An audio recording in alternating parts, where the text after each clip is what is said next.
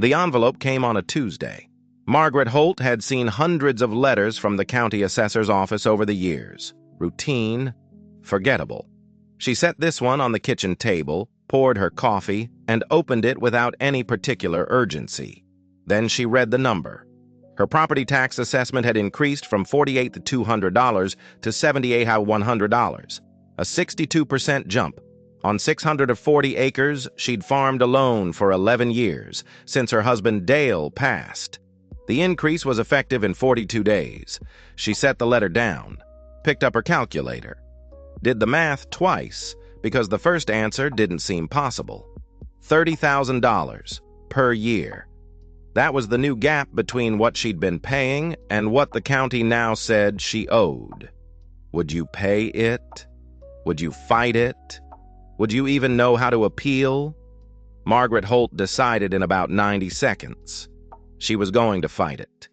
Here's the thing about farm property taxes that most people don't understand. They're not based on what you could sell the land for. Not exactly.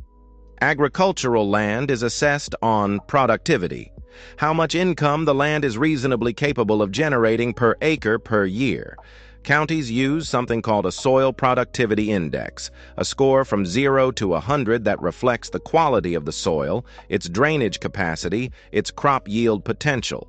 That index gets plugged into a formula, spits out an assessed value, and your tax bill follows from there. The land hadn't changed. The number had. That's what Margaret kept coming back to.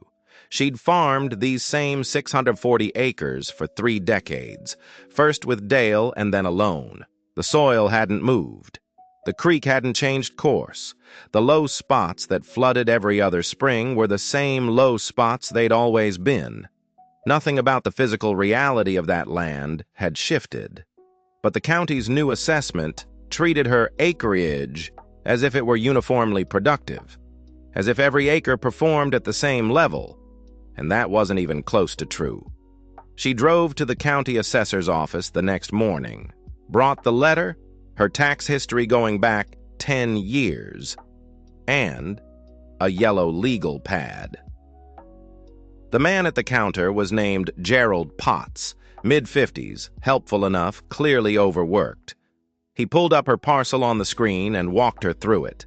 The county had updated its soil productivity model the previous year. They'd contracted with a remote sensing firm that used satellite imaging and aerial LiDAR data to reclassify agricultural parcels across the entire county. The goal was accuracy.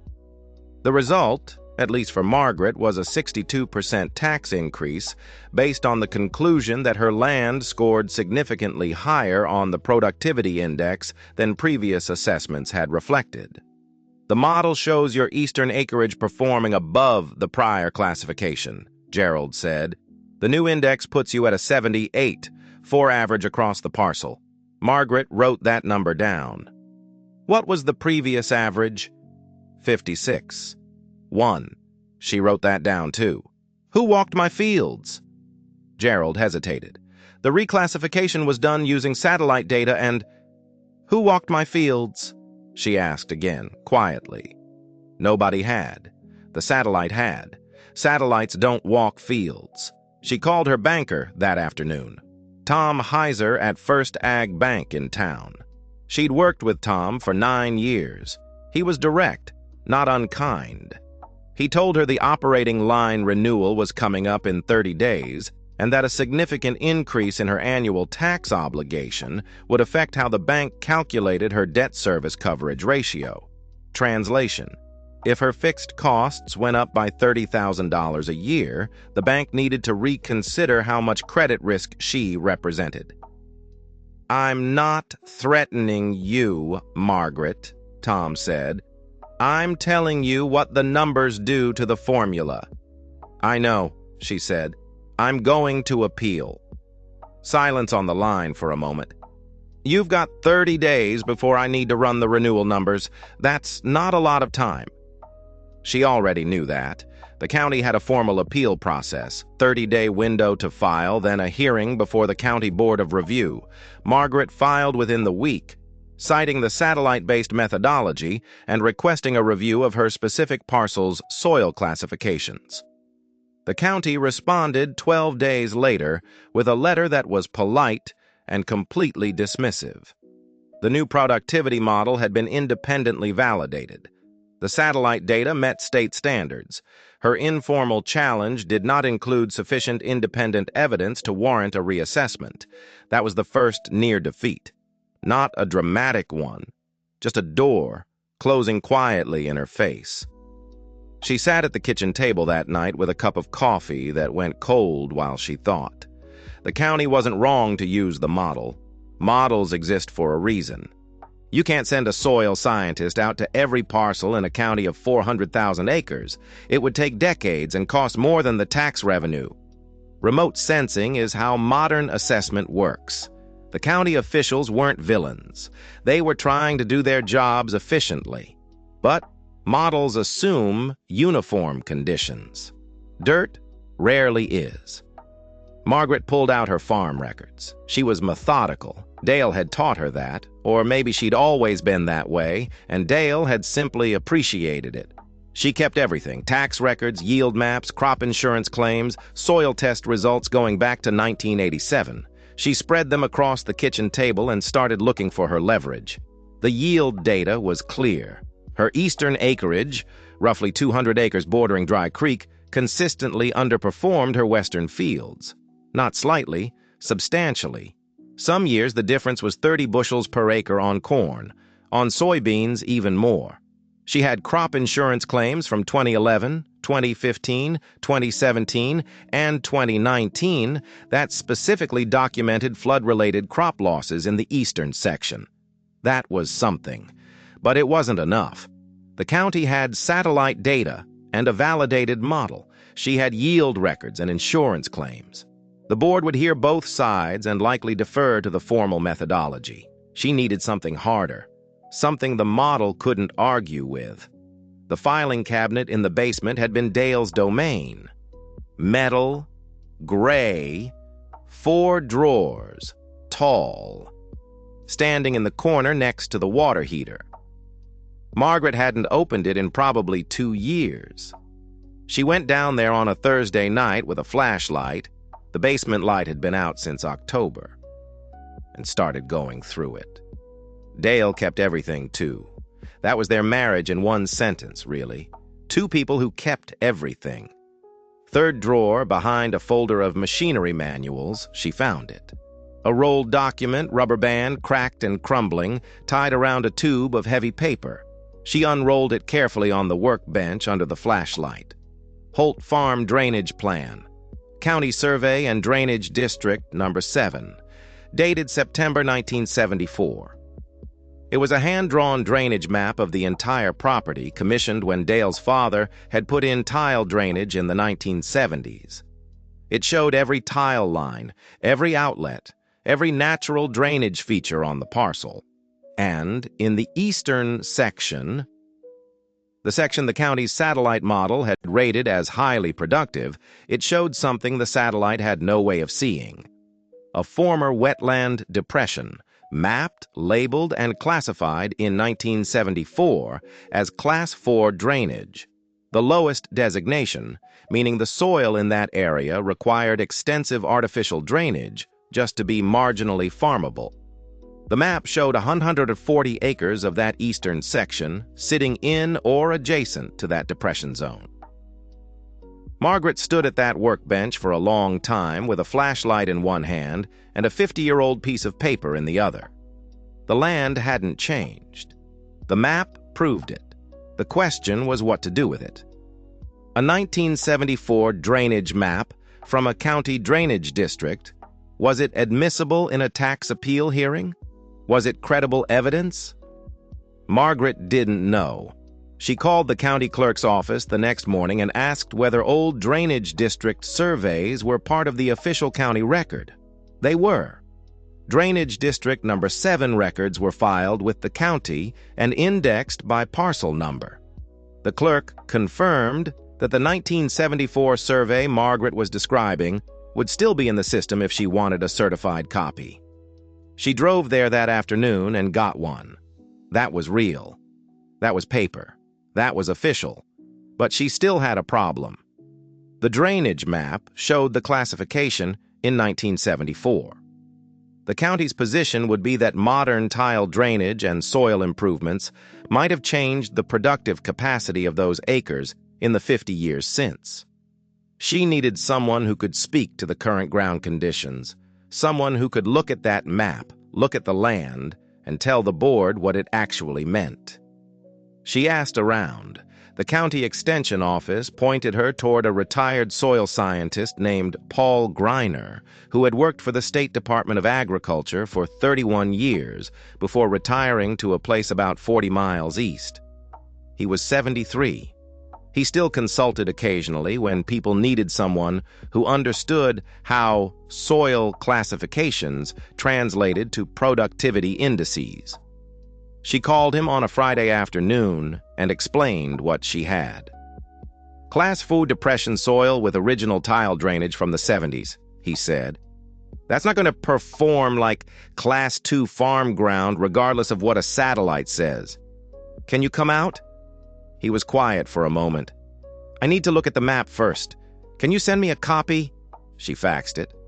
Actual fax, because that's what Paul Greiner had. He called back 2 hours later. Those tile lines are 50 years old, he said. Original corrugated metal.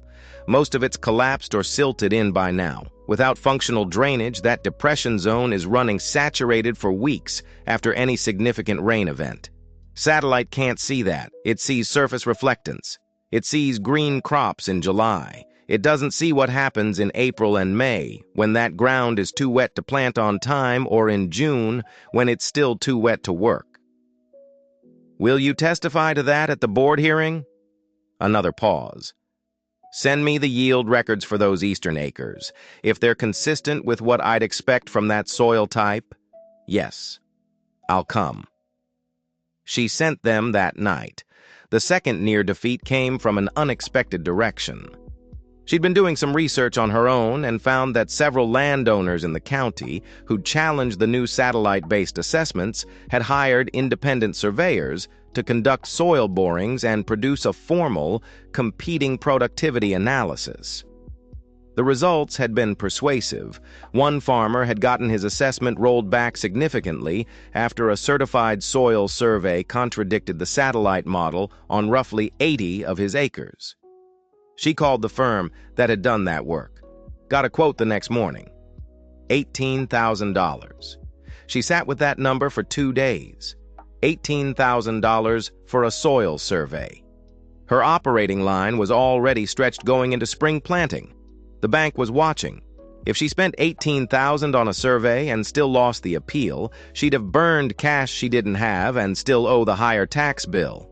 And if she won without the survey, using just the map and Paul Greiner's testimony, she'd save $18,000 she badly needed. She called Paul Greiner again. If I don't do the formal soil survey, can we still make the case? The map is strong evidence, he said. The yield data is corroborating. I can speak to what that drainage classification means for productivity. But the county is going to push back.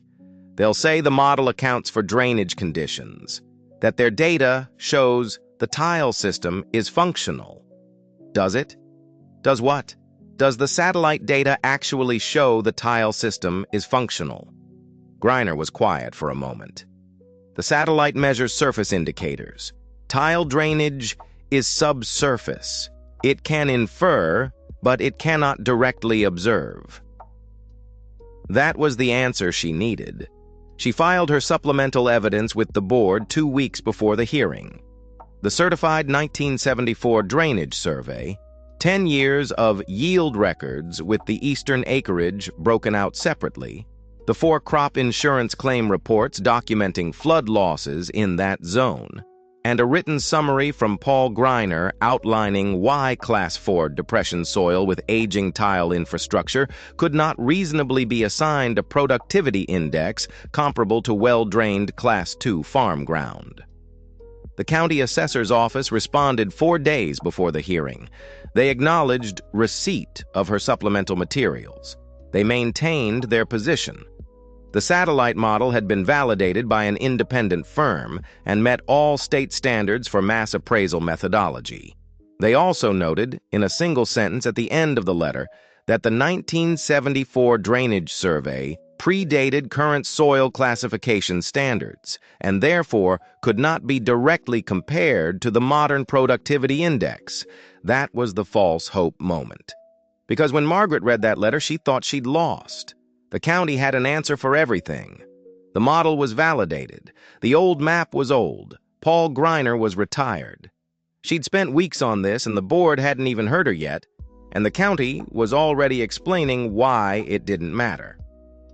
She called Tom Heiser at the bank and told him she needed a few more days before the renewal numbers. He gave her until Monday. The hearing was Thursday. The hearing room in the county annex building held about 40 people. Margaret arrived early. She brought a file folder, the certified drainage map copy, and Paul Greiner, who drove up from 40 miles east at 7 in the morning and showed up in a corduroy jacket and reading glasses on a chain around his neck. 3 members of the County Board of Review sat at a folding table at the front of the room. The county assessor's office was represented by a staff appraiser named David Schultz, late 30s, professional, carrying a laptop with the satellite modeling data queued up. Schultz went first, walked the board through the satellite-based methodology, showed them the color-coded productivity maps of Margaret's parcel, explained the independent validation process, answered 2 questions from the board without hesitation. He was good at this. He'd done it before. Then Margaret presented her case. She didn't try to argue that the satellite model was wrong in general. She argued it was wrong in this specific application for this specific parcel because of a specific set of ground conditions that the model's methodology was not designed to detect. She showed them the 1974 drainage map, walked them through the Class 4 depression zone in the eastern section, explained that the tile system shown on that map was original construction, 50 years old, and that corrugated metal tile of that era had an expected functional lifespan of 40 to 60 years. She noted that she had no records of replacement work because no replacement work had been done. Then Paul Greiner testified. He was not dramatic about it. He spoke for about 12 minutes in the flat matter-of-fact tone of someone who had spent 30 years writing technical reports. He explained what Class 4 drainage classification meant in terms of soil saturation, planting window limitations, and yield variability. He explained why satellite imagery captured in the summer growing season would not detect early season drainage failures that occurred in April and May. He said, precisely and without flourish, that the productivity index assigned to those 140 eastern acres, a 78, was inconsistent with the physical characteristics documented in the county's own drainage district survey and corroborated by a decade of yield data. Models assume uniform soil, he said near the end.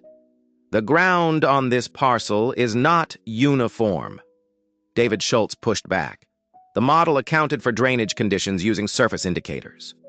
The validation study had confirmed accuracy across the county's agricultural parcels.